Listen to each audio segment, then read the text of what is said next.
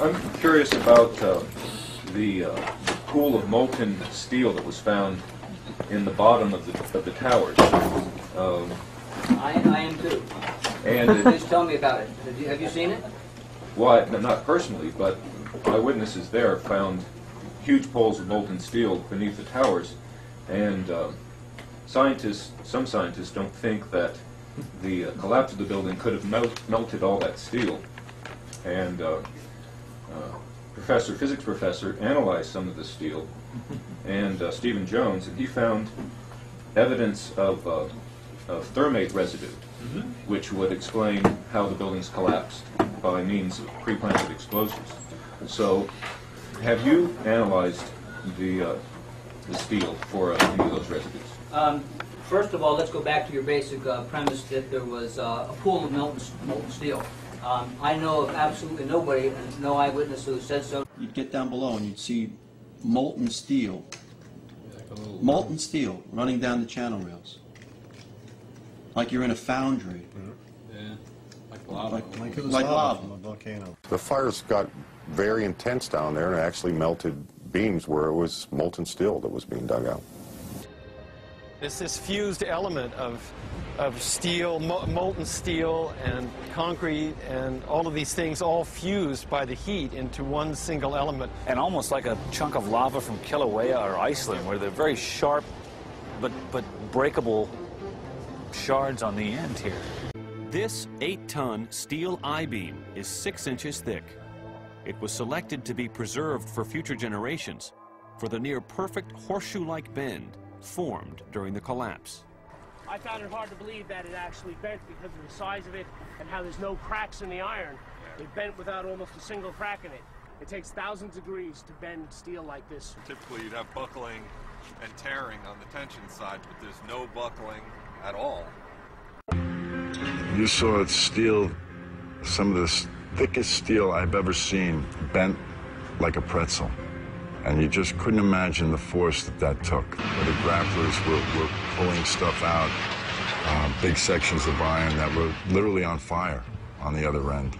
They would hit the air and burst into flames, which was pretty spooky to see. There was even a point where you would create an air pocket by moving steel, fueling the fires on the ground, would ignite cars and cars would just blow up. But, you know, these underground fires were just like the fires of hell. This is how it's been since day one. Oh, it's unbelievable. And this is 6 weeks later, almost 6 weeks later. And as we get closer to the center of this, it gets hotter and hotter. It's probably 1,500 degrees. We've had some small windows into what we thought was the core at some point, and it looked like an oven. You know, it was just roaring inside. And it's just a bright reddish orange color. See that stuff he's pulling out? What was that, Chief? We're gonna hold off on the water. See the stuff he's pulling out? Yeah. It's red hot. If we hit it too much steam, you won't be able to see what he's doing. Great. You see how this debris is still smoking? That's from the fires that are still burning. 8 weeks later, we still got fires burning. Every now and then, one of the pieces of equipment will dig in, they'll open up a small area, the oxygen will rush in, and you'll get this plume of brown, black smoke coming up. That's because that fire just got more oxygen. So, I mean, these things are burning. At one point, I think they were about 2,800 degrees. Underground, it was still so hot that molten metal dripped down the sides of a wall from Building 6.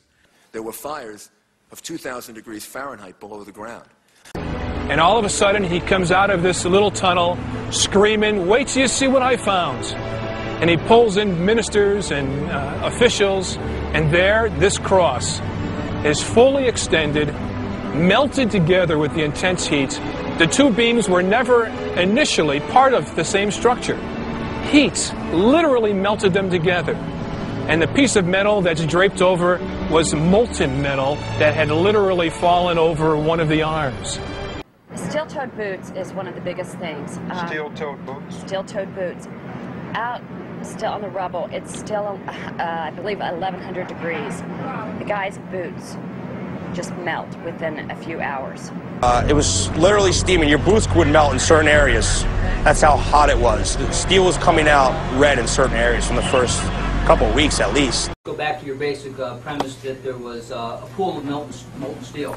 I know of absolutely nobody, no eyewitness who said so, nobody who's produced it. I was on the site, I was on the steel yards, so I don't know that that's so. There's video of it. Mounted around 2,600 degrees Fahrenheit. I think it's probably pretty difficult to get that kind of temperatures in a fire. So I don't know the basis. I can't address your question if I don't know the basis. Well, NASA pictures, thermal images showed those sorts of temperatures in the basement. Would you send them to me? Okay. My name is Mark, and I'm the individual who was questioning Dr.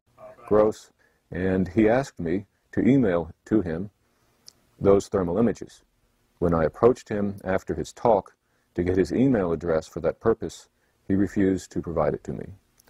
I think this is important because it reveals the attitude of the NIST investigators, which is one of willful ignorance of what really happened on 9/11.